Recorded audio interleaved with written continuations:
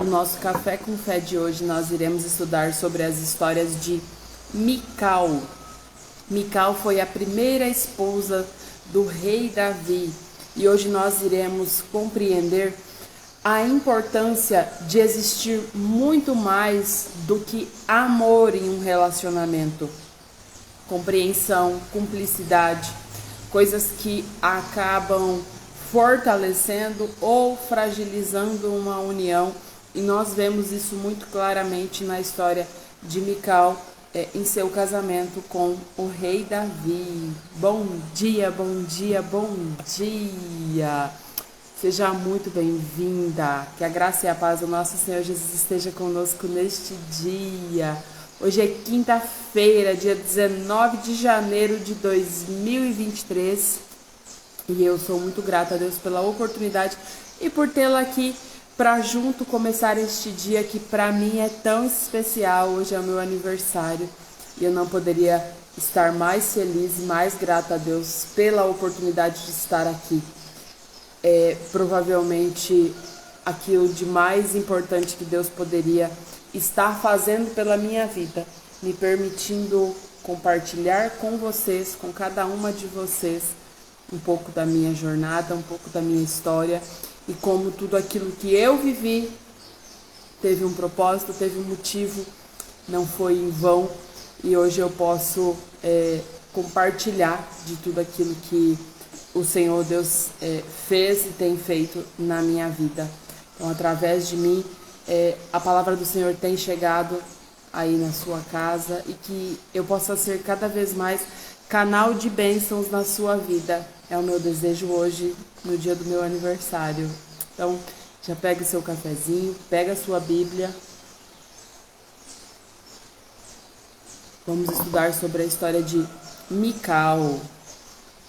No início da história de Mical e Davi, nós vemos que primeiro não era para ser Mical que era para casar com Davi. A irmã mais velha de Mical, né? Mical e a sua irmã eram filhas do rei Saul. E aí, bom dia, seja bem-vinda. Obrigada. E aí, o rei Saul decidiu que Mical é quem iria casar com o rei Davi. E aí a gente já vê que, pelo seguinte, Mical era apaixonada por Davi. Mical amava Davi. E aí foi permitido que ela então se casasse com Davi, né, passando na frente da sua irmã. Mas existia um porém.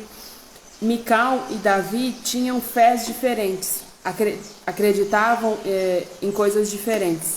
E Mical não compreendia, né, enquanto esposa de Davi, qual era o papel de Davi, qual era a missão de Davi, né? E aí teve conflitos entre Davi e o sogro, né, que era o pai de Mical, e em alguns momentos a gente percebe que Davi teve que se ausentar e ele deixava Mical na casa do seu pai, ele não levava, né? E o que isso foi causando? Foi esmorecendo o amor que lá no início, né, do casamento era tão grande de Mical por Davi. E aí a gente percebe que o fato deles quererem coisas diferentes ao longo da caminhada deles foi os afastando. Um amor que no início era tão grande, aos poucos foi esfriando, porque eles foram desviando o olhar, né? Ao mesmo tempo que Davi precisava seguir o seu caminho e cumprir aquilo que Deus tinha planejado para a vida dele, Mical não compreendia, por exemplo, o porquê dele fazer aquilo, porque ele tinha que se afastar, né? E aí, o amor dela, que inicialmente era tão grande, foi se esfriando. E aí a gente vê claramente, né, na história deles, que só o amor não é suficiente para manter um relacionamento. Vai muito além disso. Primeiro, a questão dos valores estarem alinhados, né? Um diálogo, uma conversa verdadeira entre eles. Porque era uma missão que Davi já tinha antes mesmo de se casar com Mical. ela enquanto esposa, né? E nós vimos em outras histórias da Bíblia, por exemplo, Sara, quando seguiu Abraão, ela teve sabedoria para compreender que era propósito de Deus. E ela foi junto com seu marido sem questionar. Agora, Mical, nós já vemos que, provavelmente pelo fato de não compreender, né, o amor de Deus por Davi, não compreender a missão e servir a outros deuses, ela não compreendia aquilo que Davi precisava fazer dentro da sua história. E isso foi gerando desarmonia no lar, eles foram se afastando, né? E aí, algo que vem muito forte é como está hoje a harmonia no seu lar. Eu costumo dizer que é a harmonia no seu lar que atrai o seu milagre, né? Vocês dois estão de acordo, marido e mulher, com relação àquilo que vocês querem. E é muito importante que estejam, porque o marido sempre vai ser mais preocupado com a questão financeira. Com a gente não vai conseguir pagar, não vamos mais gastar com isso, né? E eu tenho percebido isso. No lançamento do desafio, muitas de vocês têm me trazido isso. Marcelo, eu gostaria muito de participar, mas se eu entrar, o meu marido vai brigar. Então, é algo que você precisa demonstrar. Na minha jornada, quando a gente foi encaminhado para um especialista em fertilização, a primeira coisa que meu marido virou para mim e disse quando nós saímos de dentro do consultório do urologista foi: nós não temos dinheiro para um tratamento, pode esquecer. E aí eu sorri para mim e fiquei calada. Eu não discuti com o meu marido. Porque você revida, né, naquele momento ali do choque, porque nós tínhamos acabado de receber a notícia de que a gente só iria conseguir engravidar com um tratamento, que aliás é caríssimo, né, e todas nós sabemos disso. Mas nem por isso eu me desesperei, nem por isso. E o diagnóstico, inclusive, inicial era do meu marido. Então eu poderia ter discutido, eu poderia ter dito assim: mas além da culpa ser tua, agora a gente não vai poder fazer o tratamento, entendeu? Coisas assim que... Mas graças a Deus eu tive sabedoria para me calar naquele momento, ir para casa e pesquisar. Pesquisei sobre os especialistas, fui atrás de saber quanto custava uma consulta, porque na minha cabeça eu pensava assim: eu só preciso ir numa consulta. Eu preciso entender como é que funciona e a partir daí eu vou saber se a gente vai ter condição ou não. Mas pelo menos para uma consulta a gente vai ter que arrumar o dinheiro para ir. E aí eu fiz. Eu marquei a consulta, com a consulta marcada, sabendo o valor da consulta, eu cheguei pro meu marido e disse: olha, a gente pode não ter dinheiro para o tratamento, mas vamos comigo numa consulta. A consulta é tanto, para a consulta a gente consegue o dinheiro, a gente pode ir. E depois a gente vê o que faz a partir do que um especialista vai nos dizer. Então, antes de brigar, antes de discutir, antes de reivindicar, antes de apontar, né? Embora no meu coração eu me sentia triste nesse primeiro momento, porque eu pensava assim: a dificuldade é dele, mas eu é que estou tendo que correr atrás. E feliz eu fui. E esse foi um acerto na minha jornada. Porque se eu tivesse me colocado num lugar de murmuradora, de reclamona, de questionar a Deus: poxa, Deus, o problema é dele e eu é que tenho que fazer o movimento, ele não está nem preocupado, eu não teria evoluído, eu não teria conseguido. Talvez se eu tivesse ouvido o que o meu marido disse, no sentido de que nós não tínhamos o valor, ou se eu tivesse discutido com ele na porta do consultório, ele não tivesse concordado em ir depois comigo de forma voluntária para a consulta, para participar do processo. Então foi a minha paciência, a minha amorosidade quem trouxe o meu marido para junto, né, do processo. Eu sei que muitas de vocês talvez já vêm de uma jornada longa, né? Essa semana eu atendi uma mocinha aí que já está há mais de 10 anos tentando engravidar e um dos grandes impasses hoje justamente é dentro da casa. O marido não quer mais nem que ela veja notícias relacionadas a questões de fertilidade, que ele já se estressa e já rola desentendimento em casa. Então é um trabalho que a gente precisa começar por aí, fortalecendo o relacionamento primeiro, né? Assim como a gente vê na história de Mical e Davi, eles começaram muito bem e foram se afastando, foram se enfraquecendo por quererem coisas diferentes.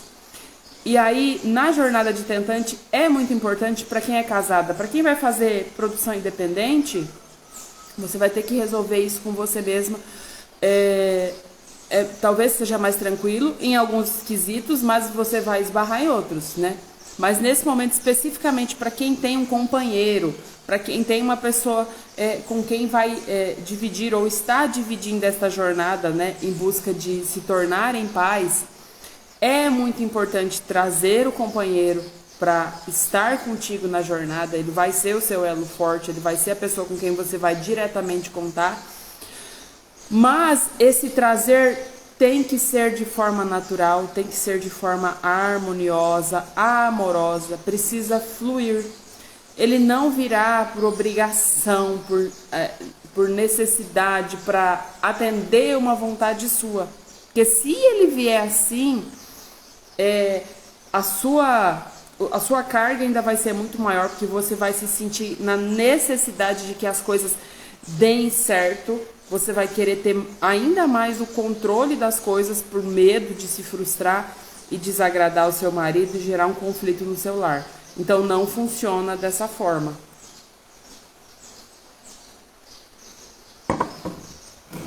Você precisa ir fazendo a sua parte, e no desafio nós vamos ter uma atividade específica voltada para as questões de relacionamento.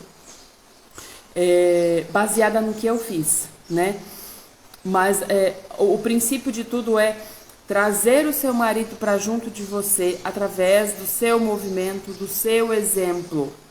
À medida que o seu marido ir vendo a importância que tem para você, porque quem vai se tornar mãe, quem vai engravidar vai ser você. Mas o seu companheiro vai estar ali do seu lado, né? Ele vai compartilhar com você e ele vai assumir, e mais do que isso, ele vai assumir uma tarefa muito importante no lar, que é o de prover, para que você possa fazer a sua caminhada com mais tranquilidade, com mais harmonia, né? E isso é uma outra coisa que a gente vai ver no desafio. Você precisa se preparar desde já, para quem está aí tentando, para que você possa de fato depois viver a sua gestação, curtir o seu bebê, né? Mulheres que estão aí workaholic, né? Como tem se usado muito esse termo, que trabalham tanto, ou às vezes até mais, né? Porque mulheres trabalham realmente mais do que os homens, porque além de trabalharem fora, ainda tem todo o serviço de casa para fazer quando chegam. Então, olhar para a vida como está hoje, para fortalecer o relacionamento, para conseguir organizar a vida para ter tempo, porque não é engravidar e ter um filho, ele vai ser para sempre na sua vida. Então é preciso se organizar desde já. E o seu companheiro é fundamental, porque ele vai ter que assumir o papel principal aí de provedor do lar. Ele vai ser o seu suporte. Então ele vai ser de tudo um pouco junto contigo. Então é importante que vocês fortaleçam o relacionamento de vocês, que vocês alinhem agora as questões que talvez existam entre vocês, que sejam motivo de discórdia, né? Porque na história de Mical, a gente vê que ela não compreendia a fé e a história de Davi com Deus. Ela não compreendia por que é que Davi servia a Deus daquela forma, por que é que Davi tinha aquelas atitudes. Ela questionava o marido, ela entrava em conflitos com o marido, ela julgava o marido, né? E isso foi causando entre eles desamor e discórdia, a ponto de que eles acabaram se afastando. E algo que me chamou a atenção na história de Mical é que ela não teve filhos. O Senhor Deus não permitiu, né, vamos dizer assim, que Mical tivesse frutos da sua união com Davi, porque foi uma união construída desde o início já errada pelos princípios da época, Primeiro, porque eles professavam fés diferentes. Segundo, porque ela tomou a frente da irmã, ela passou na vez da irmã e se casou com Davi, né? E porque, de fato, ela não teve sabedoria, né? Para acompanhar Davi, para ser ajudadora de Davi, para apoiar Davi. Pelo contrário, ela amava muito a Davi, mas isso não foi suficiente para que ela despertasse e compreendesse o papel dela enquanto esposa ao lado do seu marido, né? De ser ajudadora, de ser apoiadora. Então, isso é importante. Se você quer o apoio do seu marido, se você quer que ele esteja do seu lado junto contigo na jornada, ele estará, mas isso depende de você desde hoje, desde já. De olhar para as suas atitudes, de compreender se aquilo que você tem feito dia após dia dentro do seu lar tem demonstrado amor, tem demonstrado compreensão, né? Porque depois, quando você engravida, seu marido vai ter que ter paciência com você. Quando o bebê chegar, seu marido vai ter que ter paciência com você. Então, é um movimento que quanto antes você começa no seu lar, melhor, né? O número de casais que... E eu, essa semana, inclusive, recebi uma mensagem de uma moça que me disse assim: Marciele, me ajuda. Parece que ela está há 9 anos tentando engravidar. Porque o meu casamento não acabou, mas não vejo mais como continuar. Mas eu quero ser mãe. E aí, se meu marido vai embora, eu já passei da idade... Entendeu? A preocupação dela. E aí eu disse assim, você está muito mais preocupada com o fato de que se ele for embora, o que vai acontecer depois? Vamos mudar esse olhar, vamos olhar para o que você tem agora e a partir do que você tem agora, vamos evoluir, vamos crescer. Por que é que o casamento desgastou? O que é que aconteceu? E é comum, principalmente se vocês já tiveram muitos desgastes, inclusive financeiros. Porque foi como eu disse antes, o marido tem uma preocupação em prover no lar e não deixar faltar, principalmente com a questão financeira, ele é mais razão, né? Nós somos emoção. E por isso existe, né? Deus fez as coisas assim, para que existisse realmente um equilíbrio, né? E aí aqui diz assim, ó: o verdadeiro amor de Deus, compartilhado entre um homem e uma mulher, produz harmonia e compreensão. Um lar deve ser um lugar seguro e feliz, onde maridos amam verdadeiramente as suas esposas e esposas sinceramente respeitam seus maridos. Qual a situação do seu lar hoje, né? Não é, e uma coisa que eu aprendi, né, a duras penas, porque o meu secundário colérico muitas vezes fala mais alto aí e quer ter a razão. Se um está chateado, se um está bravo, e isso precisa ser uma sabedoria da mulher, né? Se o marido está bravo, se o marido está chateado, não adianta naquele momento você incitar a briga, você querer continuar a briga, você querer provar que está certa, você querer... eu aprendi a tirar meu time de campo quando precisa. E isso não isso na verdade é mais do que uma humildade, é realmente sabedoria. Porque se um de vocês está exaltado, bravo, irritado, qualquer coisa que o outro disser vai ser como jogar gasolina no fogo, né? Naquele momento ali. E aí eu digo sempre que nada melhor do que um dia após o outro e uma noite de sono bem dormida no meio, né? Porque no outro dia de manhã tudo vai estar diferente, até o seu olhar vai estar diferente. Então, uma das coisas que fica é não resolver conflitos se um de vocês está, vamos dizer assim, irritado, chateado naquele momento. Dê tempo, tenha paciência, né? As coisas não se resolvem no impulso, na emoção, na ira, na raiva, querendo falar mais alto, né? Não é assim. E a gente vai aprendendo isso. E principalmente você que deseja ter seu marido aí ao seu lado para formar uma família, né? Porque ter filhos é sinônimo de uma família completa. Então, os seus filhos precisam que você seja uma mulher virtuosa aí dentro da sua casa, né? A gente sempre vai voltar na mulher virtuosa nesse estudo das mulheres da Bíblia, porque ela nos dá o melhor exemplo, né, de mulher aí no lar. Eu sei que não é fácil, né? Administrar suas próprias emoções em uma situação que você está buscando por algo que você tanto deseja e ainda ter que se colocar nessa posição de ajudadora do marido para que ele também consiga controlar as próprias emoções, mas é necessário.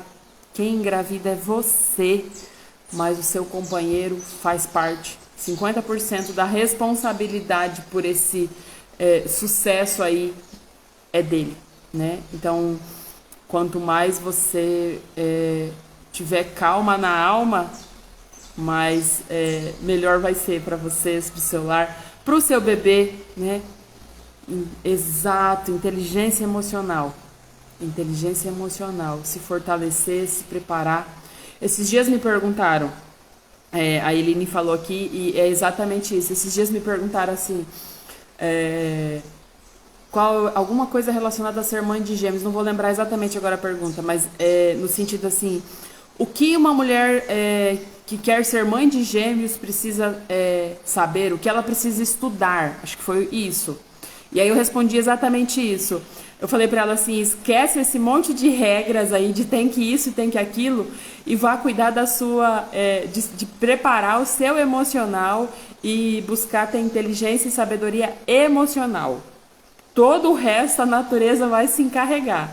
Agora, se você não tiver inteligência emocional, não preparar, não fortalecer a sua saúde emocional, se conhecer, fazer um trabalho de autoconhecimento mesmo. Falei para ela assim, aproveite o tempo da gestação para fazer um trabalho de autoconhecimento aí dentro das possibilidades, porque tem coisas que a gente não indica que trabalhe, né, durante a gestação para não transferir para o bebê. Mas o que pode ser feito, faça, porque a parte emocional é a mais importante. É ela quem vai interferir na forma como você vai conduzir aí todo o processo de espera, de gestação e depois puerpério, criação de filhos. Tanto que os 3 pilares que eu trabalho aqui são corpo, mente e espírito fortalecidos.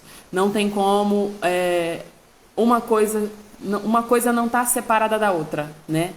Nós somos corpo, mente e espírito, fomos criados assim para funcionar em equilíbrio um junto com o outro, e a nossa mente, ela direciona, né, tudo começa na mente. Então é importante realmente cuidar disso, né? E no relacionamento tem inteligência emocional, sim.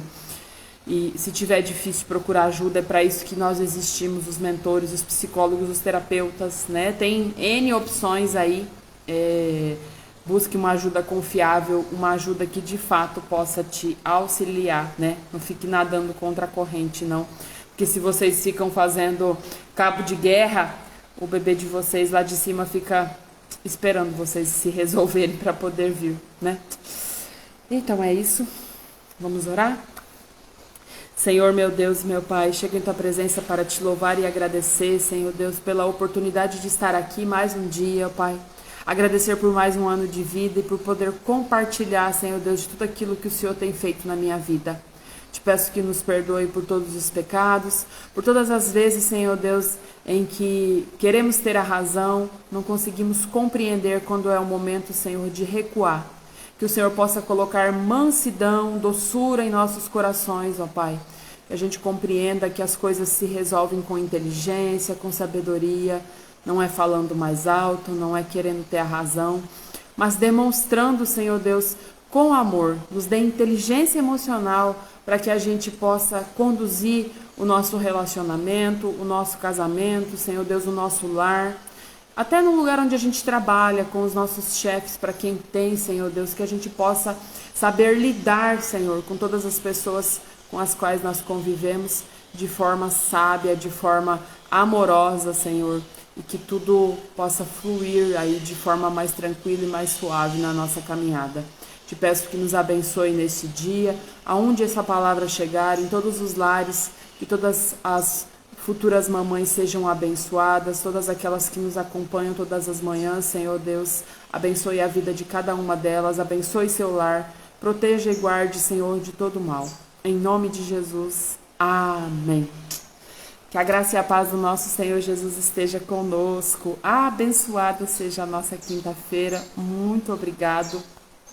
Gratidão e um beijo no coração. Deus abençoe.